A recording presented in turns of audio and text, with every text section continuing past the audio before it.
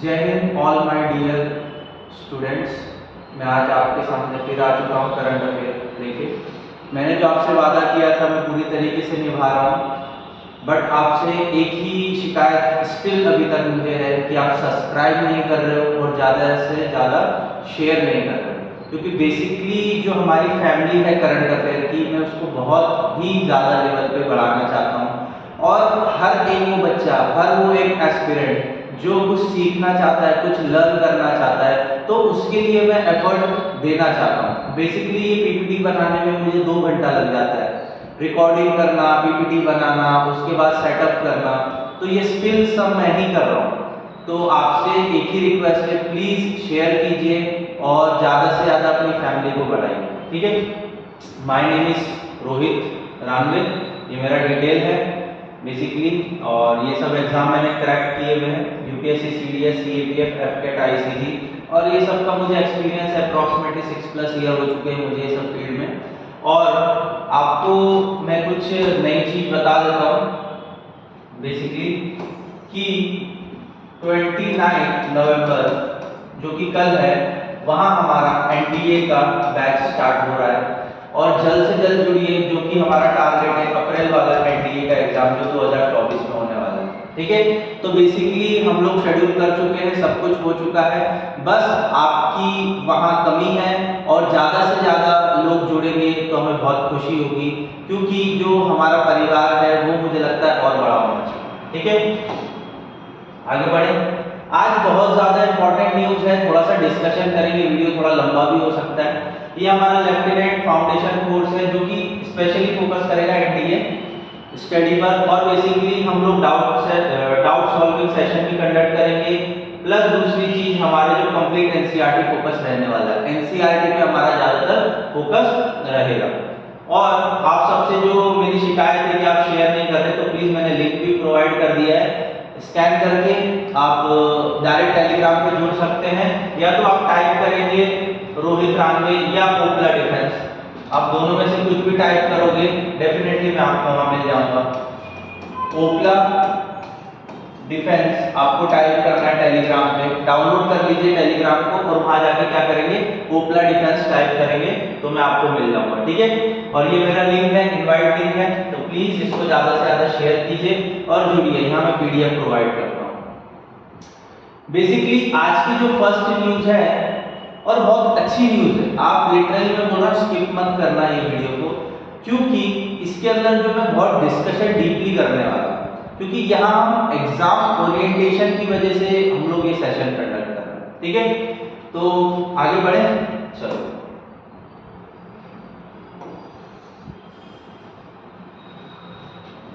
Adani group Mundra port handle 5300 TU in the light, metric tonne बोल सकते हैं या टर्नओवर बोल सकते हैं।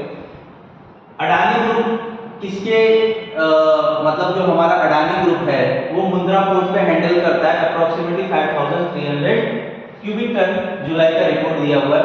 तो मुंद्रा पोर्ट क्यों न्यूज में हुआ हमें देखना। मुंद्रा पोर्ट सेलिब्रेट 25 एनिवर्सरी, मतलब ये जो मुंद्रा पोर्ट न्यूज में आया ये 25th एनिवर्सरी सेलिब्रेट कर रहा है। The port marked its beginning on October 7, 19। अब ये पूछा जाएगा, देखो 2-3 चीजें पूछी जाएगी मुंद्रा पोर्ट से। मुंद्रा पोर्ट है कहाँ, दूसरी चीज इसका एस्टैब्लिशमेंट कब हुआ था, और ये किसके अंडर आता है। तो ये गवर्नमेंट के अंदर नहीं आता, ये अडानी ग्रुप के अंदर आता है। तो थोड़ा सा याद रखना, अडानी ग्रुप बहुत बड़ा ग्रुप है, स्कैम वगैरह भी चल रहे थे इसके खिलाफ और बहुत सारा चीजें भी हुई, तो वो भी न्यूज में। तो अक्टूबर 7, 1998 के अंदर ये एस्टैब्लिशमेंट हुआ था। When the first ship berthed there, मतलब सबसे पहली शिप वहां आई थी। नेक्स्ट हमको क्या देखना है, Mundra port located in the Kutch district of Gujarat, ये याद रखना। मुंद्रा पोर्ट आपको कहां मिलेगा, Kutch district of Gujarat. Is the country first private port and the largest container port, मतलब मैंने आपको पहले ही बोला कि अडानी ग्रुप इसके मतलब ओनर का काम कर रहा है। तो बेसिकली ये फर्स्ट प्राइवेट पोर्ट और लार्जेस्ट कंटेनर पोर्ट भी। It is managed by the Adani group, ठीक है। Next, it has generate employment opportunity providing over the 7.5 crore man day of the work, मतलब बेसिकली 7 से 7.5 करोड़ लोग इस पोर्ट पे एम्प्लॉयमेंट है। तो बहुत अच्छा वर्क कर रहा है ये Adani group. In 2014, Mundra port became the first port to handle 100 million metric tons of the cargo. Basically बहुत बड़ा हैंडल कर चुका है ये 100 million ton metric of the cargo. Currently it has a capacity of 260 million ton. 2014 के अंदर 100 million की capacity थी और आज देखिए 260 मिलियन मैट्रिक टन की कैपेसिटी है और अब ये बढ़ा चुके हैं 155 मैट्रिक टन तक. ये account has to approximately 11% of the maritime. मतलब 11% क्या कर रहा है ये कार्गो हैंडल कर रहा है इंडिया का. 11% समझ रहे हो आप, क्योंकि दूसरे भी पोर्ट्स हैं इंडिया में, तो उसका मात्र 11% 100 में से 11% यही स्टेक कर रहा है. मतलब यही पोर्ट्स आ रहा है, ठीक है ना, यही शिप्स आ रहे हैं और यही क्या हो रहा है, कार्गो रिलीज हो रहा है. ठीक है, चलो आगे बढ़े न्यूज में.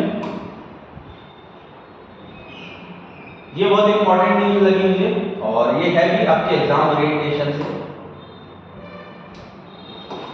Basically 6th world conference of disaster management. देखिए डिजास्टर मैनेजमेंट हमारे लिए जो इंपॉर्टेंट फैक्ट है वो क्या है कि जब डिजास्टर आ जाता है, जैसे सुनामी आ जाती है, फ्लड्स आ जाते हैं, कोई बीमारी प्लेग वगैरह फैल जाता है, तो उसको मैनेज करता है एनडीआरएफ. कौन करता है, एनडीआरएफ और एसडीआरएफ. ये बेसिकली पढ़ा होगा आप लोगों ने. तो इसके की पॉइंट, और ये कहाँ हुआ था, graphic era university Dehradun India. ठीक है, देहरादून के अंदर हुआ था ये. तो हम इसके कुछ की पॉइंट्स देखते हैं कि डिजास्टर मैनेजमेंट बेसिकली है क्या और हमें इसको और स्ट्रेंथनिंग कैसे करना चाहिए. The theme of disaster management congress to be held in Uttarakhand is strengthening climate action and disaster relief. देखो सबसे इंपॉर्टेंट चीज है ये, इसको मैं आईएमपी घोषित करूंगा आने वाले एग्जाम में. क्यों, क्योंकि देखिए ये क्या है, theme of the disaster management का मतलब ये जो ऑर्गेनाइजेशन हुआ है, जो 6th world conference disaster management, उसका थीम क्या है, स्ट्रेंथनिंग क्लाइमेट एक्शन और डिजास्टर रिलीफ. ये ही क्वेश्चन तो पूछेगा डायरेक्ट कि 6th world conference disaster management की थीम क्या है, तो क्या लिखोगे, strengthening climate action and disaster relief. Innovation, cooperation and communication for disaster management will be discussed, brainstorm, promoting in this world congress. मतलब क्या बोला गया है, बेसिकली कि हमें स्ट्रेंथ करना है अपने आप को इतना कैपेबल बनाना है कि कोई भी आपदा आ जाए तो हम उसको टैकल कर सकें. बेसिकली हम जापान के साथ कौन सी एक्सरसाइज करते हैं, एनडीआरएफ हमारी, तो आपको ये कमेंट डाउन करना है, क्योंकि जापान के साथ, क्योंकि जापान में काफी ज्यादा भूकंप आते हैं, तो हम लोग उनसे कुछ सीखते हैं कि हम कैसे प्रोएक्टिव बन सकते हैं कोई अगर आपदा आ जाती है. ठीक है, चलो. Apart from the special focus will be given on the mountaining ecology and communication. Basically ये उत्तराखंड में हुआ है, तो उत्तराखंड हिली स्टेशन टाइप का है, हिली एरिया है, तो वहां टूरिस्ट जाते हैं तो इकोसिस्टम को खराब करते हैं, पॉलीथीन्स और उसके बाद अपना वेस्ट मटेरियल वगैरह वहां डंप करते हैं, तो उससे हमको कैसे निपटना है. Uttarakhand will be a new identity for the workshop to be held at the global level. तो बेसिकली उत्तराखंड एक ग्लोबल हब बन चुका है ये सब चीजों के लिए. The chief minister told the disaster migration have a great need for the Himalayan state. मतलब और भी हमारे जो हिमालयन स्टेट्स हैं उनको भी आगे बढ़ के काम करना पड़ेगा. In the conference, in-depth discussion will be held on behalf of the expert disaster mitigation, minimize loss of life and property, use of the scientific approach.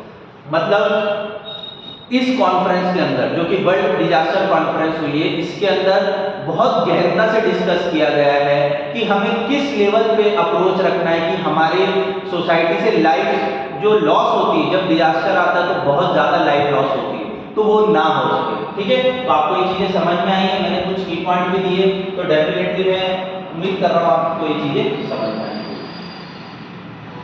अब दिल दहलाने वाली और मुझे ऐसा लगता है बहुत शर्मसार करने वाली ये न्यूज है और मैं आपके सामने शेयर करूंगा. स्टिल मेरा यही कहना रहेगा, हम डेमोक्रेसी तो बोलते हैं, इंडिया में डेमोक्रेसी आ तो चुकी है, पर मुद्दा क्या है, स्टिल लोग डेमोक्रेटिक नहीं हुए. माइंड आइडियोलॉजी है वो अभी भी डेमोक्रेटिक नहीं हुई है. कहीं ना कहीं हम देख रहे हैं सोसाइटी में अपार्थाइडिज्म, मतलब कि छुआछूत की प्रथा अभी भी चल रही है. लोगों के माइंड सेटअप अभी भी ऐसा है, I am superior, you are inferior. इस टाइप की माइंड साइकोलॉजी सोसाइटी में अभी भी चल रही है। तो वैसे ही हमारे पॉइंट ऑफ एग्जाम के रिलेवेंट तो नहीं है, पर इससे रिलेटेड कुछ है क्वालिटी, वो मैंने लिया हुआ है। तो पर ये मुझे बहुत इंटरेस्टिंग लगा, इसलिए आपके साथ डिस्कस करना चाहता हूँ। मोरबनी Dalit assault with women to others surrender.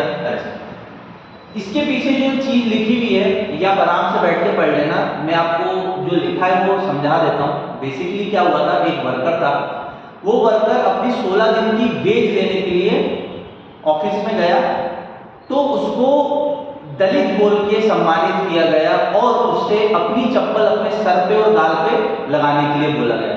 तो आप समझिए कि हमारे सोसाइटी में किसी दलित व्यक्ति मतलब SC ST कम्युनिटी को इस तरीके से अपार्थाइड किया जा रहा है, तो कहीं ना कहीं हमारे अंदर ह्यूमैनिटी खत्म हो चुकी है।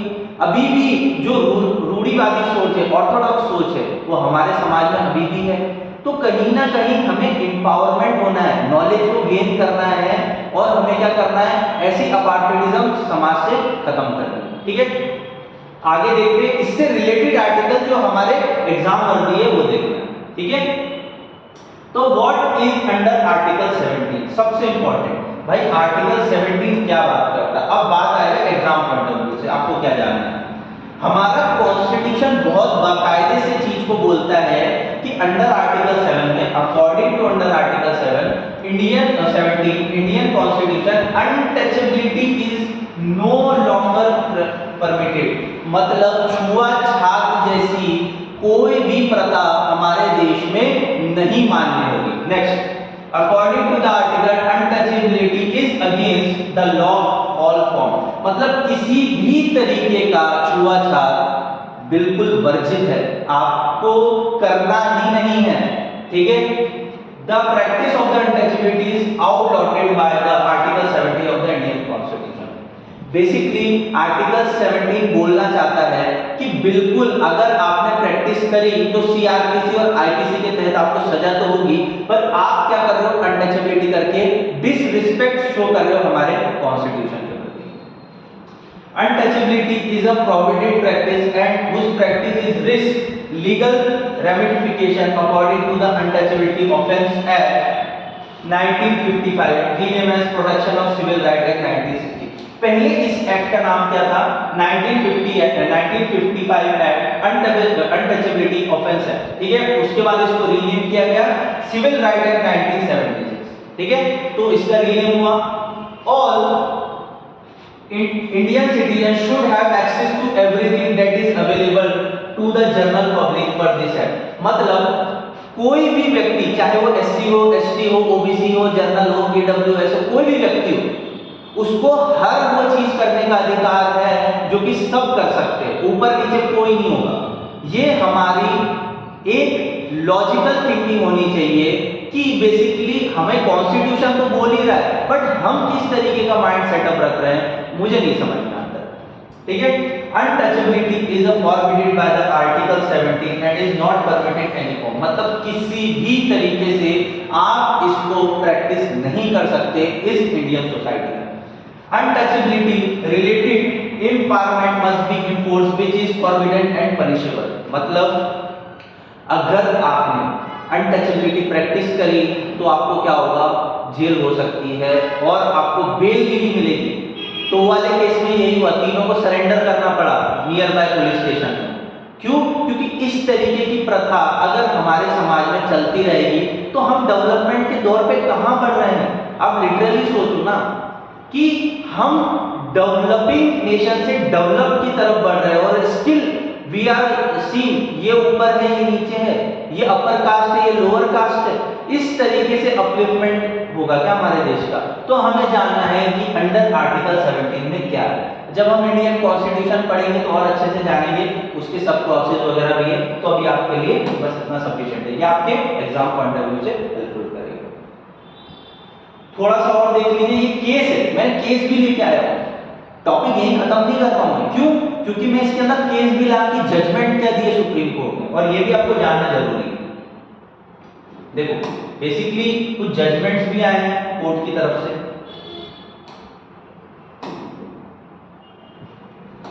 पहला जजमेंट क्या है, people union for democratic right versus union of India 1988।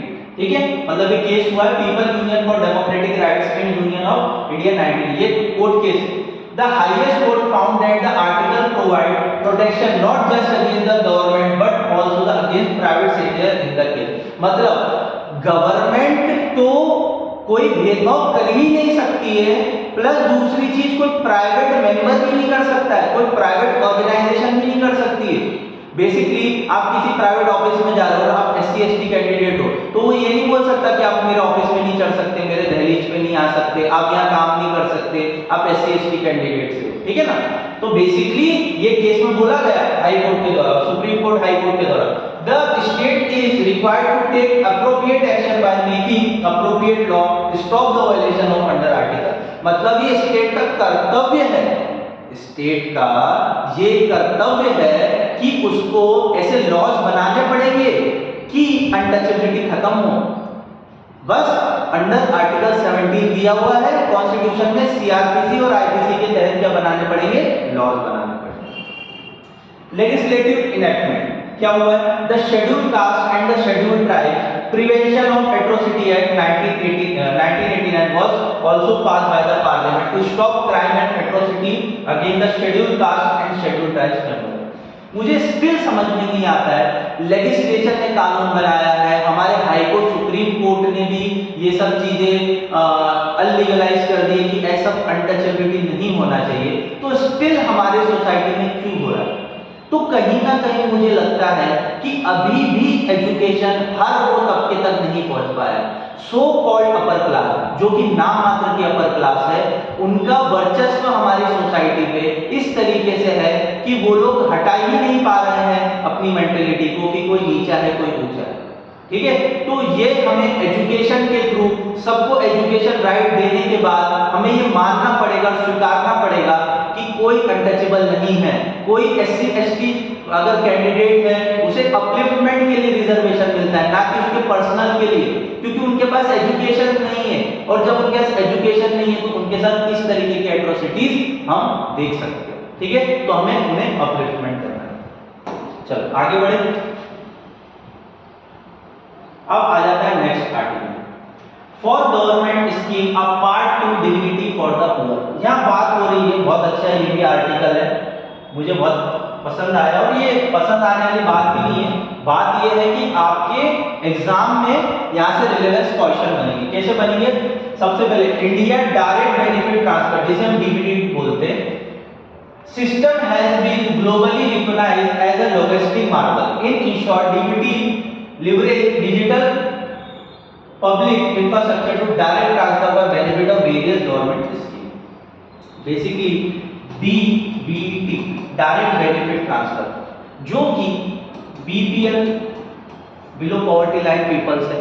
मैं बहुत बार कह चुका हूँ, अप्रोक्सीमेटली 30 करोड़ लोग जो है वो क्या है, बिलो पॉवर्टी लाइन। इंडिया में स्टिल अभी भी बहुत गरीबी है।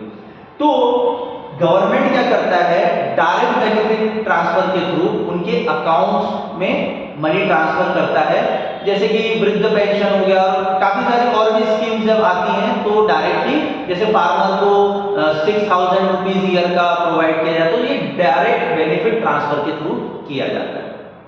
ठीक है, तो ये बहुत इंपॉर्टेंट था। अब आगे आ जाइए कि what is a direct benefit transfer scheme, ये हमको जानना जरूरी है।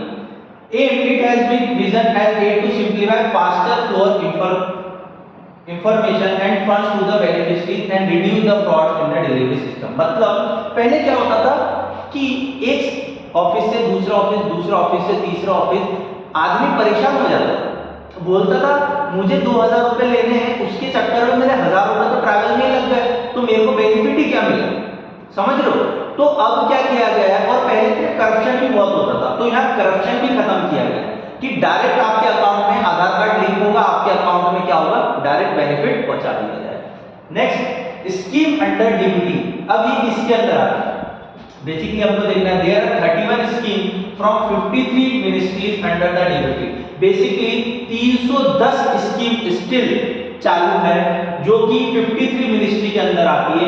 सब इंपॉर्टेंट स्कीम्स आ, अब 53 मिनिस्ट्री 310 स्कीम चला रही है, जो बेसिक को देख रहे थे। प्रधानमंत्री फसल बीमा योजना जो कि फार्मर को 6,000 रुपीज एक साल में देती है।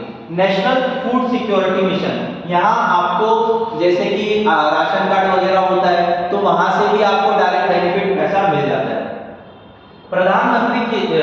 प्रधानमंत्री कृषि सिंचाई योजना, मतलब जो फसल उगाते हैं उनको भी कुछ बेनिफिट दिया जाता है। पीएम किसान, यहाँ क्रेडिट दिया जाता है, बेसिकली आप लोन ले सकते हैं। स्वच्छ भारत मिशन ग्रामीण, मतलब जो टॉयलेट्स वगैरह ग्रामीण में बनाए जाते तो 20-20 हजार रुपए दे रहे थे, वो आपके डायरेक्ट क्या होगा, अकाउंट में आएगा। अटल पेंशन योजना, अटल पेंशन योजना मतलब आपको पेंशन मिला करेगी जो कि 500 से लेकर 1000 रुपए तक है, तो गवर्नमेंट देती, वृद्धों को देती, 60 के ऊपर जो हो जाते हैं। और नेशनल आयुष्मान मिशन जो कि हेल्थ के लिए, हमने कल वाले वीडियो में डिस्कस भी किया था, प्रधानमंत्री आयुष्मान योजना। ठीक है, चलो यहाँ तक चीजें समझ में आई। कुछ भी प्रॉब्लम है definitely you will be asked in comment. देखो बेटा, हमको डीप में पढ़ना अनिवार्य है। अगर आप सोच रहे हो कि ये कोई लो ग्रेड एग्जाम की तैयारी कर रहे हो, नहीं बेटा, यूपीएससी की तैयारी कर रहे हो। यूपीएससी एनडीए की तैयारी कोई मजाक नहीं है। आपको थोड़ा सा अवेयरनेस, आपका ब्रॉड नॉलेज बढ़ाना ही पड़ेगा और आपको रिवीजन करना ही पड़ेगा। चलो आगे देखें, वहां तक चीजें क्लियर हुई। अब आ जाते हैं ई बस सेवा। ठीक है, बेसिकली ये जो आर्टिकल है ये भी बहुत इंटरेस्टिंग आर्टिकल है। पीएम ई बस सेवा tender for 3000 electric buses for small cities. मतलब बेसिकली जो प्रधानमंत्री जो चाह रहे हैं कि छोटी सिटीज के अंदर भी इलेक्ट्रॉनिक बसेज आए। हमारे पुणे जैसी सिटीज में तो लॉन्च हो चुकी है, बहुत अच्छा वर्क भी कर रही है और इससे जीरो एमिशन कार्बन भी हमारी सिटी में कम हो रहा है। ठीक है, तो देखिए, the union government was gearing up to issue tender of 3000 out of the proposed 10,000 electric bus under the PM E bus Sewa. अब आपको याद रखना है, पीएम ई बस सेवा स्कीम जो है किसके अंदर आती है, housing and urban affair ministry के अंदर। ये आपके लिए इंपॉर्टेंट है, एग्जाम में ये पूछा जाएगा कि पीएम ई बस सेवा स्कीम कौन सी मिनिस्ट्री के अंदर आती है, तो housing and urban ministry affair. इसी के अंदर बेटा आपकी मेट्रो भी आती है, ये रेलवे के अंदर नहीं आती है। अगर बेसिकली जो पुणे में रह रहे हैं वो मेट्रो में ट्रैवल कर चुके हैं तो मेट्रो आती है housing and urban affair ministry के अंदर, ना कि आपके रेलवे के अंदर। ठीक है, समझ में आई चीजें, क्लियर हुई। The bus will produce under the public private partnership and, उसको हम क्या बोलते हैं, पब्लिक प्राइवेट पार्टनरशिप को PPP model, and the government will give a per kilometre payment to the operator. मतलब जो इसको ऑपरेट करेगा उसको पर किलोमीटर के हिसाब से रेट दिया जाएगा। ठीक है, यहाँ तक चीजें क्लियर हुई। और पब्लिक प्राइवेट पार्टनरशिप बहुत अच्छा सॉल्यूशन है। थोड़ा पैसा गवर्नमेंट लगाएगी, थोड़ा प्राइवेट लगाएगा, तो उससे क्या होगा, कोलैबोरेशन बनेगा और इन फ्यूचर बहुत अच्छा कोऑर्डिनेट बन सकता है। चलो आगे देखें थोड़ा सा। अब आ जाता है बहुत शानदार न्यूज जो कि आपके एग्जाम के रिलेटिव बहुत इंपॉर्टेंट है। यहाँ पढ़ना बहुत अनिवार्य है और गहनता से आप सुनिएगा, बिल्कुल ईयरफोन लगा लीजिए और बिल्कुल सुनिए, या तो अपने टीवी में लगा लीजिए, टीवी में बहुत अच्छा समझ में आएगा आपको। सुनो, डिकोडिंग जेनेटिक मॉडिफिकेशन, मतलब यहाँ बात हो रही है क्रॉप जेनेटिक्स की। मतलब बेसिकली जब नॉर्मन बोरलैंड जो हमारे ग्रीन रेवोल्यूशन के दाता भी कहा जाता है, जिनको फाउंडर भी कहा जाता है, उनने क्या किया था, हमारे देश में हरित क्रांति लेके आते, मतलब प्रोडक्शन बहुत ज्यादा होने लगा। तो उसी में बहुत सारी चीजें क्या हुई कि क्रॉप्स में बीमारियां भी लगने लगी। ठीक है, पेस्टिसाइड्स की वजह से। तो अब हम क्या कर रहे हैं, क्यों बीमारियों को, वो कीड़ों को खत्म करने के लिए क्या कर रहे हैं, हम जेनेटिक मॉडिफिकेशन कर रहे हैं। ठीक है, तो आइए हम देखते हैं। तो understanding the GM mustard, what is the end how is been achieved. GM mustard मतलब जेनेटिक मॉडिफाइड मस्टर्ड, मस्टर्ड मतलब सरसों। ठीक है, agriculture experiment in India has a long and devious record, but the biotechnology has added a new twist with the genetic modified crop. मतलब India के अंदर agriculture experiment तो सालों से चल रहा है, ठीक है, बट जो बायोटेक्नोलॉजी ऐड करी गई है जेनेटिक मॉडिफिकेशन के द्वारा, ये एक नई प्रोसेस इंडिया ने अचीव करी। The use of genetic engineering to address agriculture vulnerability is not just limited to India, annual of the countries are like to be deploy new genetic modifiers. मतलब basically कोई India ही इस चीज को use नहीं कर रहा है। ऐसे बहुत से कंट्री है जो कि जेनेटिक मॉडिफाइड क्रॉप्स को यूज कर रहे हैं। जैसे कि एग्जांपल देख लीजिए, इंडिया यूज कर रहा है, यूएसए, ब्राजील, अर्जेंटीना, कनाडा, ये 5 टॉप जीएम ग्रोइंग कंट्रीज है, ठीक है। Together accounting approximately 90% of area of genetic modification cultivation. इन कंट्रीज में approximately 90% of genetic modification crops को उगाया जाता है, ठीक है। यहां तक चीजें समझ में आई। अभी खेल खत्म नहीं हुआ है, अपने को और देखना है। तो what is a genetic modification, मैं पूरी एकदम स्टडी करके आपके सामने लेके आया हूं कि आपसे कोई भी क्वेश्चन यहां से आ जाए जेनेटिक मॉडिफिकेशन से, स्टेटमेंट बेस्ड आप हैंडल करो, ठीक है। चलो, genetic modification involve alternating jeans of organism, B it a plant of animal और माइक्रो। देखो एग्जांपल देता हूं आपको, बहुत अच्छे से समझ में आएगा, बेसिकली समझ लेना। 2 मिनट समझेगी चीजें।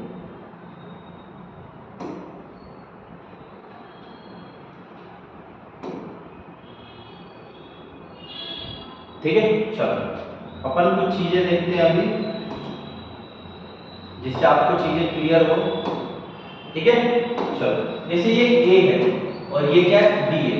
ये क्रॉप ए है, ये क्रॉप बी है। तो बेसिकली इसके अंदर और इसके अंदर दोनों का समन्वय किया जाएगा, मतलब यहाँ से एक्स यहाँ से वाई लिया जाएगा और क्या किया जाएगा, क्रॉप के अंदर न्यू जेनेटिक सेट है। जैसे कि ये ए क्रॉप है, जैसे हम मान लेते हैं बीट है और ये भी बीट है, पर ये क्रॉप ए है, ये क्रॉप बी है। तो ये क्रॉप में क्या हो रहा है, कीड़े लग रहे हैं। ये क्रॉप के अंदर क्या लग रहे हैं, कीड़े लग रहे हैं। तो क्या किया जाएगा, इसके जो जीन्स है एक्स वाई वाले जीन्स है, जिसमें से हम लोग वाई को हटा देंगे और इसके अंदर क्या एक्स एक्स वाले जीन है, यहाँ सॉरी यहाँ से एक्स वाई वाले जीन है, तो यहाँ से क्या कर लेंगे, एक्स को हटा के वाई ले लेंगे। तो यहाँ क्या कंबाइन हो गया, एक्स वाई का जीन, ठीक है। तो ये आपको समझना है, जेनेटिक मॉडिफिकेशन आज के टाइम में बहुत अनिवार्य हो चुकी है और हम लोग कोशिश भी कर रहे हैं कि सेफ तरीके से जेनेटिक मॉडिफिकेशन हम करें, ठीक है। यहां तक चीजें क्लियर हुई, समझ में आई, आगे बढ़े, ठीक है। चलो आगे हम देखते हैं इसके अंदर और इंपॉर्टेंट चीजें। बेसिकली इसको अप्रूव कौन करता है, ठीक है, ये भी देखना है।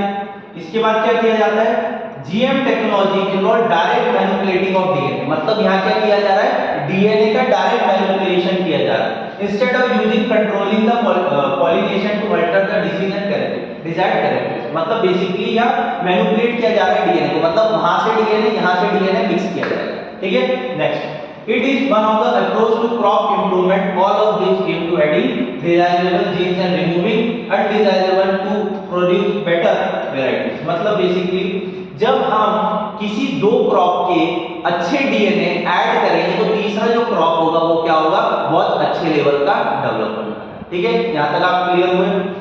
नेक्स्ट, इसको अप्रूव कौन कौन करता है, basically union minister of environment, forest and climate change, MOFFC under the provision of environmental protection act 1986। जब तक आप इससे परमिशन नहीं ले लेते, जब तक आप कोई मार्केट में जेनेटिक मॉडिफाइड क्रॉप नहीं ला सकते। Next, food safety and standard authority, जिसे FSSAI, हर पैकेट में आपको दिख जाएगा, लिखा हुआ है जिस भी जगह FSSAI लिखा हुआ है, मतलब ये मार्क है, गवर्नमेंट ने अप्रूव किया हुआ है, ठीक है, under the safety and standard authority 2006, ठीक है।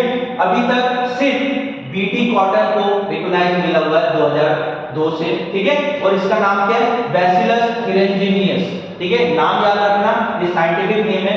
बीटी कॉटन को क्या बोला जाता है, बैसिलस थुरिंजिनियस, ठीक है। यहां तक चीजें क्लियर हुई। चलो, तो अब ये लास्ट में क्वेश्चन है, एमएसएमई का फुल फॉर्म क्या है, सार का फुल फॉर्म क्या है और हेमवती रिवर किस स्टेट में फॉलो करी। तो मुझे लगता है आज का जो सेशन है बहुत इंटरेस्टिंग रहा है और मुझे लगता है कि आपको चीजें समझ में आई होगी। तो ये हमारा मोनफिनिक्स ओपला जो है एनडीए एग्जाम के लिए आपके लिए बैच लेके आया हुआ है, प्लीज विजिट करें हमारे ब्रांच में। ओपला जो उनका ब्रांच है अपोजिट लोकमान्य तिलक हॉस्पिटल निगड़ी और इनका सब ब्रांच है सामने चौक में। कॉन्टैक्ट नंबर दिए हुए हैं, बिल्कुल कॉन्टैक्ट कर सकते हो। और अगर आपने ये वीडियो देखा है तो thank you for this watching. और आपको लास्ट में क्या करना है, लाइक एंड शेयर, जो कि जितने बच्चे हो सके हमसे जुड़ सके। तो एक बार आपसे फिर मैं अलविदा लेना चाहूँगा, नेक्स्ट वीडियो में मिलते हैं। जय हिंद।